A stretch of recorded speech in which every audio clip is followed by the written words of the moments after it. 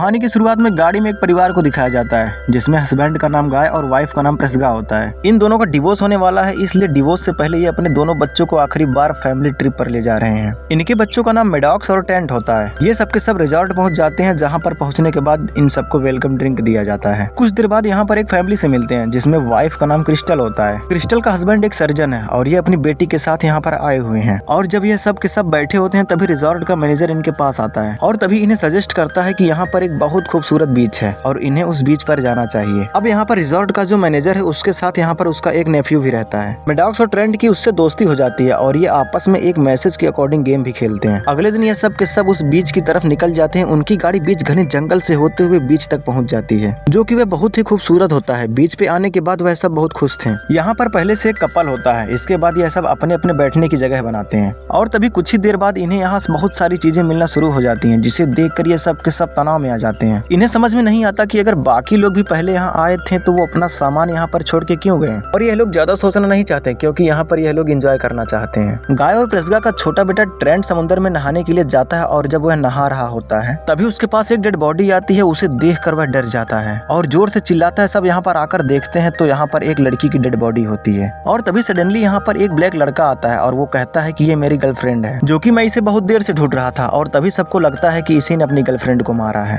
अभी वहाँ पर सर्जन की वाइफ आती है और कहती है कि तुम्हारे मॉम को कुछ हो गया है। सबके सब वहाँ पर जाते हैं तो देखते हैं कि सर्जन की मॉम की मृत्यु हो गई होती है। और हैरानी की बात यह थी कि अचानक से उनकी उम्र बढ़ गई थी, जिससे उनकी मृत्यु हुई। ऐसा कैसे हुआ किसी को यह समझ में नहीं आ रहा था। अब जब सबका ध्यान सर्जन की माँ की तरफ होता है तभी ब्लैक लड़का यहाँ से भागने की कोशिश करता है। सर्जन को उस पर शक होता है और वो उसके पीछे भागता है। ये दोनों के दोनों चट्टान के बीच में बने हुए रास्तों की तरफ भाग चलते हैं और तभी इन दोनों के सर में अचानक दर्द होता है और ये दोनों के दोनों बेहोश हो जाते हैं। जब इन्हें होश आता है तो वो वापस बीच पे होते हैं। उनको यहाँ पर कुछ समझ में नहीं आ रहा होता है कि यहाँ हो क्या रहा है। प्रेस्का अपने बच्चों के लिए चिंतित होती है, इसलिए वो अपने बच्चों को ढूंढने लगती है। उसे वो लोग कहीं नहीं दिखते। तभी वो उस कपल के पास जाती है जो पहले से यहाँ पर था। वो दो बड़े यंग लड़कों से बात कर रहे होते हैं। प्रेस्का उन कपल से पूछती है कि क्या तुमने मेरे बच्चों को देखा। ये सवाल उस कपल को बहुत अजीब लगता है और वो कहते हैं कि हम तुम्हारे बच्चों से ही बात कर रहे हैं। और जब प्रेस्गा अपने बच्चों को देखती है तो वो कुछ ही घंटों में जवान हो गए होते हैं, लेकिन कैसे, इस सवाल का जवाब किसी के पास नहीं था। अब यहाँ पर मेडॉक्स के पिता भी आ जाते हैं। वो अपने पिता के गले लग जाता है। उसके पिता को समझ नहीं आता कि यहाँ चल क्या रहा है और कुछ ही देर बाद सबको एहसास होता है कि सबकी उम्र यहाँ पर बीतते हुए मिनट के साथ बढ़ती जा रही है। सबके फेस पर अब रिंकल्स आ चुके होते हैं, साथ ही सर्जन की बेटी भी अब जवान हो चुकी होती है। यहाँ पर जो कुछ भी हो रहा है सर्जन को इसके पीछे उस ब्लैक आदमी का हाथ लगता है। सर्जन उसका नाम पूछता है तो वो बताता है कि मेरा नाम रैपर है। सर्जन को उस पर गुस्सा आता है और वो उसके चेहरे पर प्रहार करता है। उसके चेहरे से खून निकलना शुरू हो जाता है। वो अपने घाव को अपने हाथ से दबा लेता है। जब अपने हाथ को हटाता है तो उसका घाव पूरी तरह ठीक हो जाता है, यानी कि ऐसा लगता है कि उसके चेहरे पर खून निकला ही नहीं था।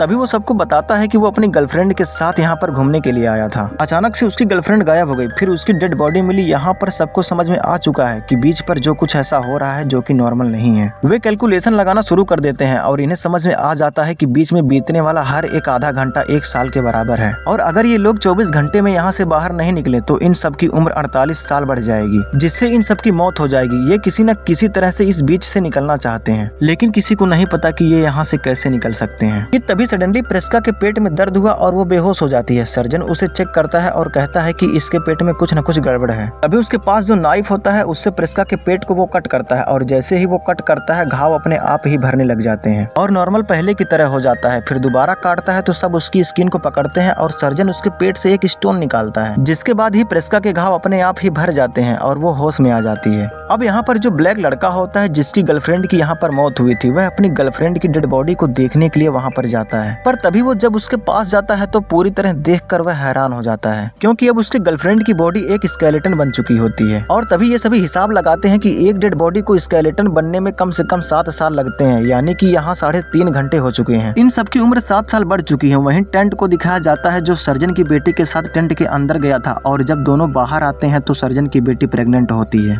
और कुछ ही देर बाद वो एक बच्चे को जन्म देती है। यहाँ पर सब कुछ बहुत तेजी से बीत रहा होता है। सर्जन उस ब्लैक लड़के को मार देता है क्योंकि उसे उस पर शक था। साथ ही उसकी बेटी ने जिस बच्चे को जन्म दिया था उसकी भी मृत्यु हो जाती है। बीच पे जो पहले से कपल था उनमें से मेल की डेड बॉडी पानी में मिलती है। उसके बाद उसकी पत्नी को दौरा पड़ता है जिससे उसकी मृत्यु हो जाती है। सर्जन की बेटी अब यहाँ से निकलना चाहती है, इसलिए वो अब चट्टानों पे चढ़ती है। जैसे ही ऊंचाई पे जाती है उसके सर में दर्द शुरू हो जाता है, जिस वजह से ऊंचाई से गिर जाती है और उसकी मौत हो जाती है। अब जैसे जैसे यहाँ पर वक्त बीत रहा होता है तैसे सबकी उम्र लगातार लगातार बढ़ती जा रही होती है और इसी तरह रात हो जाती है। रात को सर्जन जो अपना दिमागी आपा खो चुका होता है वह प्रिस्का के हस्बैंड के ऊपर अटैक कर देता है, लेकिन प्रिस्का अपने हस्बैंड की मदद करती है। सब के सब आपस में लड़ते हुए घायल हो जाते हैं। इसके बाद सब एक लैब में जाते हैं जहाँ पर सर्जन की वाइफ बहुत पहले से होती है, लेकिन अब वो बहुत ज्यादा बीमार है। बीमारी के कारण उसकी मृत्यु हो जाती है और फिर दिखाया जाता है कि सब के सब वहाँ मारे जा चुके हैं। पर यहाँ पर मैडॉक्स और उसका भाई टेंट बचे हैं और इन्हें समझ नहीं आता कि इन्हें यहाँ से कैसे निकलना चाहिए। तभी वो देखते हैं कि उनके पास अभी भी वो पेपर है जिस पेपर पे वो रिजॉर्ट के मैनेजर नेफ्यू के साथ गेम खेल रहे थे, जिसमें एक कोडेड मैसेज होता है। ये उस मैसेज कोडेड को पढ़ने की कोशिश करते हैं। तभी इन्हें समझ में आ जाता है कि यहाँ से निकलने का एक ही रास्ता है, जिसके लिए समुद्र की गहराई में जाना होगा, जहाँ से ये बिना बेहोश हुए निकल सकते हैं, क्योंकि अभी तक इन्होंने जितने भी रास्तों से निकलने की कोशिश की है इनके सर में दर्द हुआ और ये बेहोश हो गए थे। और अब ये दोनों भाई बहन समुद्र के अंदर गोता लगाते हैं, जहाँ गहराइयों में जाना शुरू कर देते हैं। तभी मैडॉक्स के कपड़े कहीं पर फंस जाते हैं और ये दोनों के दोनों पानी से बाहर नहीं निकल पाते। फिर दूर पहाड़ी के चट्टान पे एक आदमी को दिखाया जाता है जो इन सबको दूरबीन से देख रहा होता है और जब वहाँ पर कोई भी नहीं बचता तो वह आदमी वापस रिजॉर्ट आ जाता है, जहाँ पर एक बहुत बड़ी लैब होती है जो रिजॉर्ट के मैनेजर को बताता है कि सब के सब मारे जा चुके हैं। दरअसल यहाँ पर मेडिकल का एक बहुत बड़ा मेडिकल टेस्ट चल रहा होता है। जब सभी गेस्ट यहाँ पर पहली बार रिजॉर्ट में आए थे तो उन्हें एक वेलकम ड्रिंक पिलाया गया था और उस वेलकम ड्रिंक के अंदर वो मेडिकेशन थी जो लोगों की एज बढ़ा रही थी। यह बीमारी के साथ साथ उनके घाव भर रही थी, जो कि उसका उस बीच से कोई भी लेना देना नहीं था। उसका डायरेक्ट कनेक्शन उस मेडिकेशन से था जो उन्हें वेलकम ड्रिंक में मिलाकर पिलाई गई थी। अगर वो ये सब गवर्नमेंट की इजाजत से करते तो उन्हें ये टेस्ट करने में कई साल लग जाते। लेकिन यहाँ पे जो रिसर्च होते हैं वो रिजॉर्ट में आए हुए मेहमानों के ऊपर टेस्ट करके सालों का काम एक दिन में ही कर देते हैं और अभी तक वो ऐसा 73 बार कर चुके हैं। और अब जबकि उन्हें पता चल चुका है कि आखिरी ग्रुप भी खत्म हो चुका है, अब वो नए आने वाले लोगों पर इस दवा का एक्सपेरिमेंट दोबारा करना चाहते हैं। तभी वहाँ दिखाया जाता है कि कुछ और गेस्ट आते हैं। वेट्रेस उनके पास वही वेलकम ड्रिंक लेकर जाती है। इससे पहले कि वो ड्रिंक गेस्ट को देती उससे कोई टकराता है जिससे ड्रिंक गिर जाती है और ये और कोई नहीं बल्कि मैडॉक्स और उसके भाई होते हैं, जिनकी उम्र अब बहुत ज्यादा बढ़ चुकी है। दरअसल जब ये पानी के अंदर गए थे तब मैडॉक्स के कपड़े कहीं पर फंस गए थे। तब उसके भाई ने उसके कपड़ों को छुड़ाया था और नीचे से होते हुए ये लोग दूसरी ओर निकल गए थे और इस तरह से इनकी जान बच गई। हालांकि इनकी उम्र इतनी बढ़ गई है कि इन्हें अब कोई नहीं पहचान सकता। फिर रिजॉर्ट के मैनेजर नेफ्यू के पास जाते हैं जिसने इन्हें सीक्रेट मैसेज दिया था और इस सीक्रेट मैसेज को दिखाते हैं और फैसला करते हैं कि वो इस मैसेज को लेकर पुलिस के पास जाएंगे